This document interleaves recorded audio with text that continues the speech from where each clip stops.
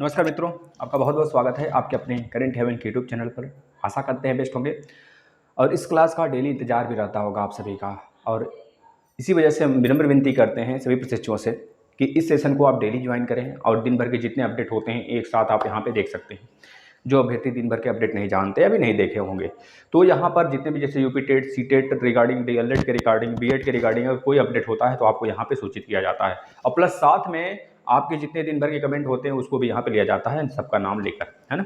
तो साथ ही आप लोग लास्ट तक बने रहेंगे। ऐसे में बहुत सारे अभ्यर्थियों का एक तरह से मैसेज वगैरह भी, कॉल वगैरह भी आता है तो उनके विषय पर भी हम यहाँ पे चर्चा करते हैं। तो आप सारी चीज़ों से सीखेंगे। और प्लस जो प्रशिक्षु डीएलएड के एग्जाम की तैयारी कर रहे हैं उनसे विनती है कि अगर आप प्लेलिस्ट में आएंगे तो सारे सेमेस्टर के आप सब्जेक्ट वाइज पूरा का पूरा पा सकते हैं। यहाँ पर मैथ के सारे सेमेस्टर के, fourth semester, first semester, second semester, third semester, सारे सेमेस्टर के।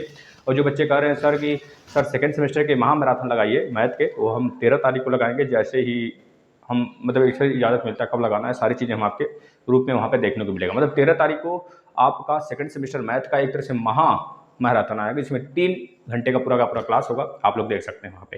ठीक है साथियों, तो फटाफट आप शेयर कर देंगे जिससे कि हम सारे प्रशिक्षुओं का कमेंट भी लेंगे और आपके सारे विषय पर तथ्यात्मक बातें होंगे।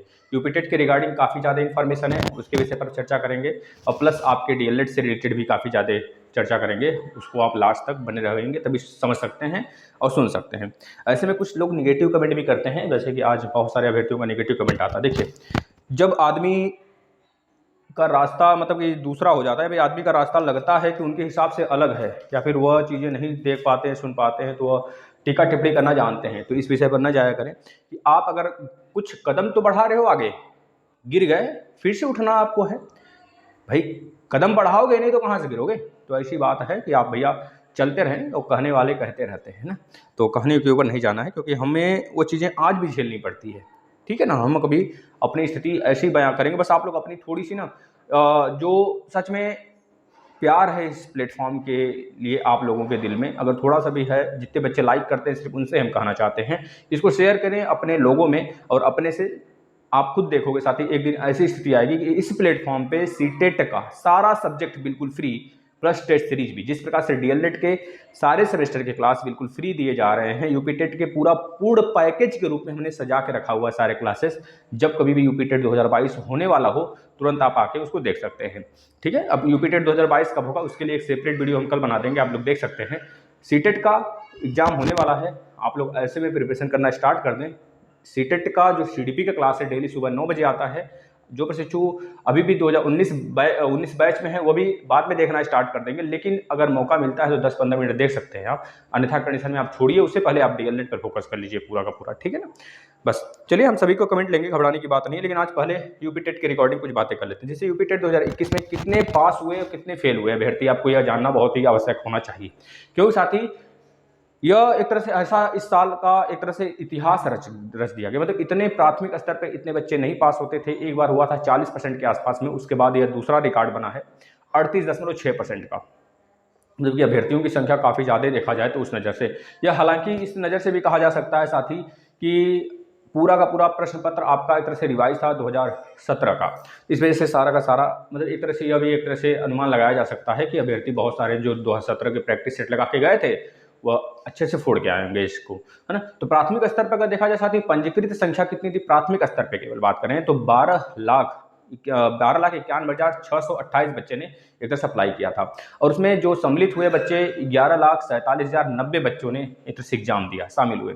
और लगभग कह लिया जाए साथी जो 4,43,598 बच्चों को सफलता मिली है। लगभग 38.6% अभ्यर्थी पास में हैं। इसी तरह उच्च प्राथमिक की बात करें तो 8,73,553 बच्चों ने अप्लाई किया था, जिसमें कि 7,65,921 बच्चे शामिल हुए। और पास होने की बात करें तो 2,16,992 बच्चे सफलता पाए हैं। लगभग 28.3% अभ्यर्थी को सफलता मिली है। अगर ऐसे में बात करें साथी तो बिल्कुल भी कंपटीशन तो हाई लेवल पे रहता ही है हर बार, और बहुत ज़्यादा इसमें स्ट्रेस लेने की बात नहीं है और बहुत अच्छा नंबर आप स्कोर करोगे। सच बता रहे हैं, साथ हैं मेरा ना, तो बस बहुत आगे तक ले जाएंगे आप सभी को। बस आप लोग लगे रहिए मस्त तरीके से, सारी क्लासेस बिल्कुल फ्री में देंगे। बस आप लोग थोड़ा सा मेहरबान हो जाइए। जो सीडीपी की क्लास आती है डेली 9 बजे सुबह, अगर उस पर मेहरबान हो जाते हैं ना तो सच में बता रहे हैं सीडीपी का धुआं आप मचा देने वाले हैं। है ना। सीडीपी बहुत बेहतरीन तरीके से एक एक टॉपिक हम बहुत ही अच्छे तरीके से पढ़ा रहे हैं, समय आने पर मैराथन भी लगाएंगे। इसी प्रकार से सीटेट का मैथ भी स्टार्ट करेंगे, मात्र 17 या 16 तारीख से स्टार्ट कर देंगे उसको भी, ठीक है ना। तो अब बीएड के लिए हम बात कर लेते हैं। देखिए बीएड, इसमें यूपी टेट में बीएड अभ्यर्थियों की स्थिति के विषय में बात करते हैं। देखिए इनका एक तरह से मामला कोर्ट में भी लंबित है, आपके सुप्रीम कोर्ट में इसी महीने में उनका भी एक तरह से फैसला आने वाला सुप्रीम कोर्ट का भी, कि बीएड अभ्यर्थी प्राथमिक में अलाउ होंगे कि नहीं होंगे, इनको अलाउ किया जाएगा कि नहीं किया जाएगा। ऐसे में माननीय इलाहाबाद हाई कोर्ट द्वारा भी एक तरह से नोटिस जारी करके कहा गया कि जब तक हमारे तरफ से 18 अप्रैल 2022 को फैसला नहीं सुनाया जाता है कि बीएड अभ्यर्थी एक तरह से यूपी टेट जो रिजल्ट है वो वैलिड होगा या नहीं होगा। अगर वैलिड है तभी होगा, जो प्राथमिक में मतलब कि सम्मिलित होंगे तभी तो वैलिड होगा। फिर अगर प्राथमिक में ना सम्मिलित होंगे तो वैलिड करके भी क्या करेंगे वो लोग प्राथमिक का रिजल्ट लेके। तो ऐसे में माननीय जो आपका हाई कोर्ट है, इलाहाबाद हाई कोर्ट है, प्लस आपका सुप्रीम कोर्ट है, इन दोनों के फैसले काफ़ी ज़्यादा एक तरह से वैल्यू रखेंगे। और यह कह लीजिए सुप्रीम कोर्ट का फैसला काफ़ी ज़्यादा मद्देनजर रखा जा सकता है कि यूपी में बीएड अलाउ होगा कि नहीं होगा सारी चीज़ें। तो आप यह देखेंगे अगर अलाउ हुआ तो यूपी टेट का रिजल्ट का कुछ मतलब निकलेगा, अन्यथा कंडीशन में भले ही आप इस समय बीएड वाले अभ्यर्थी पास हैं बहुत सारे, लेकिन बाद में उनकी चीज़ें रद्द कर दी जाएंगी, बस डीएलएड वाले ही प्रशिक्षु अलाउ कर किए जाएंगे। लेकिन कम चांस इस वजह से हो जाता है क्योंकि अब बीएड वाले अभ्यर्थियों का पास मतलब प्राथमिक में अलाउ करना ज़्यादातर चांस बन जाता है इस वजह से क्योंकि सुप्रीम कोर्ट उसके पक्ष में है, साथ ही मतलब कि एक तरह से मतलब केंद्र जो है उनके पक्ष में है। तो ऐसे में जो भी केंद्र का फैसला होगा, जो सुप्रीम कोर्ट का फैसला होगा वही सर्वमान्य होगा, यूपी में भी वही मान्य होगा। तो अब देखना है, इसी महीने आएगा, सारी चीज़ें आपके सामने आ जाएंगी, ठीक है। अब एक चीज़ और है, आज आपको हम एक ऑडियो भी सुना देंगे थोड़ी देर बाद, जिसमें कि एक अभ्यर्थी ने यूपी टेट के रिजल्ट का जो साइट क्रैश हुआ है या फिर स्लो चल रहा है, इसको लेकर सचिव जी से बात हुई है। तो उसमें सचिव जी का साफ साफ कहना है, हमने एनसीटी से भी बात किया, साइटें चल रही हैं, बहुत स्लो चल रही हैं, जिससे कि आप रिजल्ट नहीं देख पा रहे हो, ना के बराबर तक चल रही है, यह उन्होंने कहा। लेकिन अभ्यर्थी ने कहा कि जब केंद्र की बात होती है तो करोड़ों अभ्यर्थी देखते हैं, आपका मात्र 21 लाख अभ्यर्थी हैं यूपी टेट के रिजल्ट में, अब साइट कैसे क्रैश कर दी भाई, मतलब क्या हुआ है। वहां से पता चला है कि मात्र 90,000 ही विद्यार्थी यानी कि यूपी टेट के जो प्रशिक्षु हैं वो अपने रिजल्ट को देख पाए हैं, और बाकी जितने भी प्रशिक्षु बचे, लगभग 20 लाख प्रशिक्षु अपने रिजल्ट को लेकर अभी भी एक तरह से प्रयासरत्न हैं कि उनका साइट किसी तरह खुल जाए, है ना। तो ऐसे में आप लोग बने रहिए, साइट को 1-2 बार खोलते रहिए और ओपन हो जाएगा आपके रिजल्ट, है ना। तो आज उम्मीद था कि 12 बजे तक थोड़ा सा सही हो जाए सिस्टम, लेकिन ना हुआ तो इसमें कोई भी दिक्कत लेने की बात, परेशानी सहने की बात नहीं है, बस लगे रहिए, रिजल्ट आया है तो शो होगा ही होगा। और ऐसे में वह अभ्यर्थी ज़्यादा परेशान हुए होंगे जो हमको पता है, जो कि 1 नंबर 2 नंबर से इधर उधर होंगे, है ना, पास होने के कगार पे, फेल होने के कगार पे, इस तरह से, है ना। तो घबराने की बात नहीं है, जैसे ही साइट सही होता है आपके सामने आपका रिजल्ट होगा, ठीक है भाई। अब देखिए हम आपके कमेंट के माध्यम से डीएलएड के एग्जाम से रिलेटेड बहुत सारे आपके अंदर जो चल रही हैं अंदर अंतरात्मा, मतलब आपकी तड़प रही है कि मतलब क्या चीज़ें यह बोल रहा है, हमारे सामने वाला क्या बोल रहा है। देखिए भाई, एक अभ्यर्थी का भी एक तरह से कॉल आया था, अभ्यर्थी का कॉल आया था कि सर जो हमारा प्रत्यावेदन है, हम 2018 बैच के हैं, दोपहर में आया था करीब, तो हम 2018 बैच के हैं सर, लखनऊ से हैं, क्या 4th सेमेस्टर में हमारा कह लीजिए कि सर 3 बार हमने पेपर दे दिया, चौथी बार के लिए प्रत्यावेदन दिया है, तो क्या हमारा एडमिट कार्ड आएगा। और उनका कहना है कि उनके कॉलेज वाले भी उनसे पैसे ऐंठना चाहते हैं। ये कॉलेज वाले का साफ साफ फंडा होता है, साथी आप मत इस सब पे फंसना। कॉलेज वाले का फंडा यह होता है, मान लीजिए उन्होंने स्कूटनी के रिजल्ट के लिए बहुत सारे अभ्यर्थी का पैसा लिया कि हम आपको पास करा देंगे, उनका सोर्स पानी नथिंग होता है यार, कुछ नहीं होता है, हम बता रहे हैं ना, कुछ भी नहीं। अब सोर्स पानी मतलब घटिया, बाबा जी का ठुल्लू, इतना समझ लो सोर्स पानी का मतलब उनके द्वारा जो कॉलेज में। अब देखो कॉलेज अगर अपने रेपुटेशन पे है तो कॉलेज से सोर्स पानी क्या ही लगाओगे निजी संस्थान से, भाई लग सकता है, हम ऐसे नहीं कर रहे नहीं लग सकता, लेकिन मैक्सिमम कॉलेज वाले इस वजह से पैसे ले लेते हैं कि आपने स्कूटनी के फॉर्म डला देंगे आपसे, और आपसे कहेंगे कि हम आपका स्कूटनी का फॉर्म आप डाल दो, हम आपका निकलवा देंगे, अगर आप मुझे पैसे दे देते हो हम आपका सोर्स पानी भी लगाएंगे। तो ऐसे में जितने भी प्रशिक्षु फेल हुए होते हैं सबका पैसे मतलब सब पैसे दे देते हैं, 10-10 हज़ार रुपये सबसे ले लेते हैं। मान लीजिए मान सकते हैं 10-10 हज़ार रुपये प्राइस रखते हैं, तो 10-10 हज़ार सबसे ले लिए। ऐसे ही एक अभ्यर्थी थी, मैसेज की थी और कॉल भी उनसे बात हुआ था, तो उनका क्या नाम था कि सर मुझसे भी ऐसे पैसे मांगे गए थे, बाद में हमारे साथियों से भी पैसे मांगे गए थे, मतलब बहुत सारों ने पैसे दिया था, उसमें हमने नहीं दिया, और बहुत सारे हुआ है भाई, 2-3 बार हमको इस तरह की बातें सुनने को मिलती हैं, संज्ञान के रूप में आता है सारी चीज़ें सामने। तो मान लीजिए कॉलेज वाले ऐंठ लिए 10-10 हज़ार रुपये। अब क्या हुआ, स्कूटनी का जब रिजल्ट आया उन्होंने तो कुछ किया नहीं। अब जब स्कूटनी का रिजल्ट आया तो बहुतों का पास हो गया, बहुतों का 1-2 नंबर से रुका था वो भी पास हो गए, है ना। तो अगर पास हो जाते हैं तब तो यह हो जाता है कि भैया हाँ, हमने कॉलेज की तरफ से सोर्स पानी लगा है। अब जो पास हो गया उसका पैसा गया। पास हो तब भी हो जाता है बंदा, वो पास तब भी हो जाता है जब पैसे ना देता तो। लेकिन एक तरह से उसका मन में यह डाउट था कि हम पास नहीं होंगे, 1-2 नंबर से अगर हमारा अटकता है तो फिर पैसे दे देते, हो सकता है जुगाड़ पानी लगा देंगे।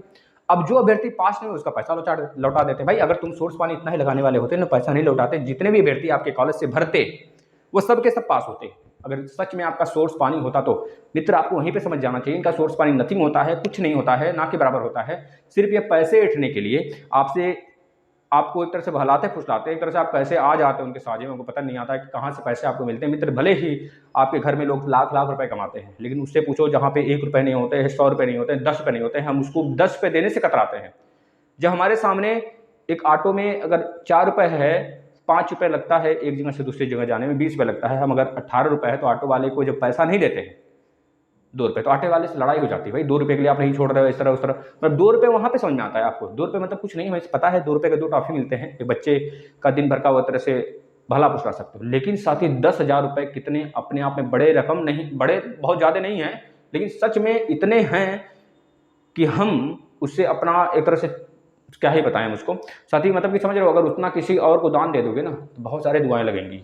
देना भी चाहिए दान, हम करते हैं, तो आप लोग से भी यही सलाह करते हैं। सच में अगर देना है कॉलेज में ना, तो सच में जो आपके आसपास के ही लोग हैं, आप अपने आसपास ही देख लो, समझ रहे हो ना, उसे 10,000 को दे दो उनसे। अब देखना इतना ज़्यादा सच में अगर आप आज झेल रहे हो ना, भविष्य आपका इतना सुनहरा होगा साथ ही उनके दुआओं से, जितना उन कमीनों के मतलब कि उन कमीनों के जो खेल रहे हैं आपसे ना, उनसे द्वारा जितना ज़्यादा आपका भविष्य बिगड़ेगा, आपकी एक तरह से आदत खराब होगी। मान लीजिए पैसे दे दिए भी, अब पैसे दे भी दिए तो क्या ही करो लोगे उनका, पैसे दे दिए अब उनसे, अब वो बोल रहे हैं कि भाई पैसे मतलब एक तरह से पैसे आपने दे दिया है, अब आपको क्या है कि पैसे लूट गए, अब आप लूट गए, अब आपका वहीं लूट गया वो, सर जी बताओ हम क्या करेंगे, सर पैसे कैसे उनसे वापस ले। तो उससे लड़ाई झगड़ा थोड़े करोगे ना, ही रिपोर्ट लिखाओगे। सबसे पहले अगर आपने रिपोर्ट लिखाई, क्योंकि आपकी आईपीसी धारा है, सीआरपीसी है, इंडियन पीनल लीग वगैरह, जो जितनी भी धाराएं हैं ना, इस धारा में प्लस कानून जो भारत का है ना, उसमें साफ साफ लिखा है कि घूस लेना घूस देना संगीन अपराध है। अगर आप दिए हैं तो आप ही सल्टा लो, नहीं तो जाओगे आप रिपोर्ट लिखाने ना, तो सबसे पहले आप पकड़े जाओगे। काहे वजह दिए, किसको दिए, सबसे पहले चलो तुम जेल में, चलो तुमने तो ही भैया कानून तोड़ा है, तो चलो भैया पहले तुम, है ना, समझ रहे हो ना भाई। इस पर बहुत बड़ा टैक्स लगता है, और जितना आपने पैसे दिए हैं अगर उसका देखा जाए तो उसका लगभग 90% टैक्स देते हैं लोग ऐसे काम करने में।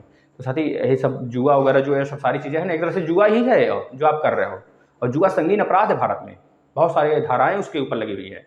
देखोगे आगे ना, लगभग 500 कौन सी धारा है, 512 513 ऐसे कुछ धाराएं हैं उस पर थोपी जाती हैं, जो कि बहुत ज़्यादा अपराध की श्रेणी में आती हैं। तो आप इसको न अपने मतलब एक तरह से घुलना मिलना मत सोचने से, चस्का लग जाता है पैसे देने लेने का। और कितने लोग तो पापा के मतलब जहाँ पे रकम पता ही रखा होता है उसमें से चुरा के देते हैं। तो मत ये सब मत किया करो, जो कि बहुत ज़्यादा परेशानी वाली स्थिति आ सकती है आपके साथ कभी, समझ रहे हो ना भाई। तो इस सबसे अपने चस्का से दूर रहो। जो प्रत्यावेदन वाले प्रशिक्षु में 16 तारीख को एससीईआरटी पहुंचेंगे, प्लीज़ उनसे रिक्वेस्ट है, और अपनी बातों को हमें मनाने का प्रयास करेंगे साथ ही, ठीक है। हम आपके कमेंट ले लेते हैं थोड़ा सा। और जो भी प्रशिक्षु ये कह रहे हैं सर हमारा 4th सेमेस्टर का एग्जाम भी साथ में होगा, भैया 4th सेमेस्टर का नहीं होगा। एक बार हम फिर से बताना चाहते हैं आपको कि आपके 2nd सेमेस्टर के एग्जाम होंगे, जिनका बैक है उनका 2nd सेमेस्टर के एग्जाम होंगे, और 2nd सेमेस्टर के साथ उनका 3rd सेमेस्टर भी होगा, 4th नहीं होगा उनका साथ में। लेकिन जिनका 4th सेमेस्टर में ही केवल बैक है तो 4th सेमेस्टर का ही एग्जाम होगा, और जिनका केवल जो 2nd सेमेस्टर पास है 2019 बैच वाले, उनका 3rd सेमेस्टर का ही केवल होगा। और प्लस ऐसे अभ्यर्थी जिनका 2021 बैच के हैं डीएलएड में, उनका पूरा का पूरा एग्जाम होगा। आज बीएड का 3rd सेमेस्टर का लास्ट पेपर था, जो प्रशिक्षु दिए होंगे बता सकते हैं, जान सकते हैं। और अभी बीएड का 1st सेमेस्टर का पेपर चल रहा है, लगभग 16 तारीख तक चलेगा। हाँ संजीव जी, आपने तो सही कहा साथी, सब कुछ हम अब क्या ही बोलें, आपका एक तरह से हम उल्टा जवाब नहीं दे सकते, क्षमा चाहते हैं हम आपकी। लेकिन आपका जो यह दिमाग है ना, बहुत बेस्ट है, बहुत ही मतलब कि एक तरह से बहुत शार्प है, बहुत अच्छा। जीतू ठाकुर जी, यह आपका दिमाग आपके लिए ही है और आपको ही काम देगा। जीतू ठाकुर जी बहुत बहुत धन्यवाद भैया आपको। ये कौन है, हाँ, कौन है भैया जी? हाँ, बड़ा सा नाम लिखे हैं भाई, कप्तान किचन एंड ब्यूटी करके है। इनका क्या नाम है सर? तो अभी कॉलेज के तरफ से कोई इन्फॉर्मेशन नहीं आया है कि एग्ज़ाम तो क्या करें। देखिए भाई, कितने अभ्यर्थियों के मन में शंका है कि सर एग्ज़ाम अभी फाइनल डेट सी भैया, फाइनल डेट ही है आपका जो आया हुआ है, और इसी के बीच में आपका एग्ज़ाम होगा। आप लोग तैयार रहो। और रही बात आपके सब्जेक्टिव वाइज डेट का ना, तो यह 16 तारीख से पहले पहले आपके 16 तारीख के लगभग 1-2 दिन की इधर उधर में आ सकता है। आप लोग बिल्कुल सतर्क रहो अपनी बातों को लेके, ठीक है भाई? आप लोग पढ़ते रहो। डेट तो पता चल गया है ना, उसी डेट के बीच में आपका एग्जाम होगा। अब इतना नहीं समझ में आ रहा है आपको, तो भैया पढ़ाई लिखाई छोड़ो, जब डेट आ जाएगा तब करना स्टार्ट करना। लेकिन ऐसे अभ्यर्थी जो सच में उसको लेके बिल्कुल एक्टिव हैं और एक तरह से लग रहा है उनको कि हमारा डीएलएड निकलना चाहिए इस बार, तो आप लोग लगे रहो। तो जिस प्रकार से हम क्लास दिए हैं, अगर आप क्लास कर रहे हो तो आपको UP TET, super TET, CTET के लिए झेलना पड़ेगा ही नहीं। आप बहुत सारे सब्जेक्ट बिल्कुल मैच पाओगे, क्वेश्चन हूबहू पाओगे। तो ऐसे में आप लोग खुद अपने आप को जांच सकते हैं, है ना? हाँ भाई, विपुल पांडे जी का कहना है सर, लड़परा हवा का फर्जी वीडियो क्या बोल रहे भैया? विपुल पांडे जी भाई, आपकी सोच निराली है, पता नहीं क्या कर रहे हो आप। आपकी सोच बहुत निराली है, अच्छी बात है। प्रमोद सिंह जी का कहना है, प्रत्यावेदन रिसीविंग तो को कॉलेज में जमा नहीं किए हैं, कोई दिक्कत नहीं होगा, लेकिन अगर आप जमा कर देते हैं तो बेटर होगा। वीके विशाल जी का कहना है, हेलो सर, क्या कंडीशन हमें फोर्थ चांस देगा एससीईआरटी? बिल्कुल देना चाहिए, क्योंकि उनके अकॉर्डिंग पिछली बार मिला था। विवेक कुमार जी का कहना है, सेकंड मैथ और फोर्थ मैथ में बैक है जिसका, उन लोगों का एग्जाम होगा कि नहीं? प्रत्यावेदन वालों का देखिए भाई, जिनका दोनों सेमेस्टर में बैक है उनका मुश्किल है, क्योंकि प्रत्यावेदन की गाइडलाइन में, मतलब कि एससीईआरटी गाइडलाइन, मतलब कि जो उनके द्वारा गाइडलाइन है उसमें आपका केवल एक सेमेस्टर के किसी एक सब्जेक्ट में बैक होना चाहिए, ठीक है? Thank you Tinku Baghela. क्या भैया? ठीक है अर्जुन पटेल जी, आज पता है निगेटिव वाले ज़्यादा हैं, निगेटिव कमेंट वाला बहुत ज़्यादा है। ठीक, कोई दिक्कत नहीं है, हमें निगेटिव नहीं हरा सकता। हम जब तक अपने अपने पैर पे स्टैंड है ना, और ऐसे इन्फॉर्मेशन, पता है ये लोग कौन होते हैं दूसरे, पता है जब हम क्या ही बताएं आपको, बताएंगे कभी सारी चीज़ें। ऐसे लोग पता है बहुत ही लड़कियों का एक तरह से लोगो लगा के, एक तरह से अलग अलग सा सब कुछ लगा कर आ जाते हैं कमेंट करने के लिए ना। ये होते हैं यूट्यूबर ही, अलग अलग प्लेटफॉर्म वाले जो आ जाते हैं 2-2 रुपये चंदे पे, है ना? समझ रहे हो? 2 रुपये चंदे, तो चलो चलो उधर थोड़ा सा कमेंट कराते हैं, 2 रुपये 3 रुपये मिल गया। तो ऐसे लोग ना पल्ले में न पड़े, मुझे कभी मेरे साथ कभी पल सामने न पड़े, या फिर ऐसे पल्ले न पड़ जाएं सामने से। अगर सच में इनके ऊपर एक ऐसा कोई लफ्ज़ बोल देना, सीधा इनका एकेडमी, मतलब एक तरह से यूट्यूब की तरफ से ये सफाया इनका हो जाएगा, कहानी खत्म हो जाएगी इनकी। फिर ये कभी यूट्यूब चला ही नहीं सकते, इस आईडी से दूसरा आईडी बनाना पड़ेगा फिर। अलका यादव जी, सर इतने परेशान हैं आप, इतना अच्छा, ठीक है भाई, थैंक यू आपके लिए, लेकिन आप जाइए। राखी जी का कहना है, सर भाई एनसीईआरटी जाकर बोलो। भाई एनसीईआरटी अब आप लोग जाओगे और अपने लिए आप खुद बात करोगे कि सर अगर एग्ज़ाम कराना ही है तो सारे बच्चों का एग्ज़ाम लीजिए ना, क्यों ऐसे ही प्रशिक्षु का एग्ज़ाम ले रहे हैं अभी 400, 500, 600, और बाकी कहाँ जाएंगे? बाकी फिर से उसी तरह झेलेंगे, इसका मतलब। तो ऐसे में आप लोग 16 तारीख को जाओ, 16 या 17 को जो भी जाना हो, 16 तारीख को एक डेट रखा गया, तो 16 तारीख को सारे प्रशिक्षु पहुँचिए वहाँ पर और अपने लिए बात करिए। सर अगर एग्ज़ाम कराना ही है आपको, नहीं कराना है तो किसी का मत लीजिए। फिर अगर करा ही रहे 400 बच्चों का, तो पूरे प्रशिक्षु का एग्ज़ाम लीजिए, जिन्होंने एक तरह से 400 ही प्रशिक्षु नहीं झेले हैं वहाँ पर भाई, बार बार रिसीविंग, मतलब वहाँ से लेकर फिर कॉलेज में आना, धूप में जाना आना, सारी चीज़ें सारे प्रशिक्षु की हैं। कितने पटना से आए हैं, कितने मुंबई से अपने वाइफ का प्रत्यावेदन जमा करने के लिए इलाहाबाद गए, मतलब कि लखनऊ गए हैं, मतलब कि आप समझ रहे हो, दूर दूर से काफ़ी प्रशिक्षु अपने काम छोड़ छोड़ के अपने लोगों का प्रत्यावेदन जमा कराने गए हैं। तो ऐसे में प्रशिक्षु वहाँ पर अपनी ये सारी बातें रखना है आपको, तब जाके कुछ निर्णय निकल सकता है, अन्यथा कंडीशन में इसी तरह आप लोग चलते चलेंगे फिर ना। और भर्ती की अभी सुनबुन नहीं है, भर्ती का भी कुछ भी सुनबुन कुछ भी नहीं है, तो बिल्कुल भी परेशान होने की जरूरत नहीं, मत तरीके से पढ़ाई करिए। नमस्कार।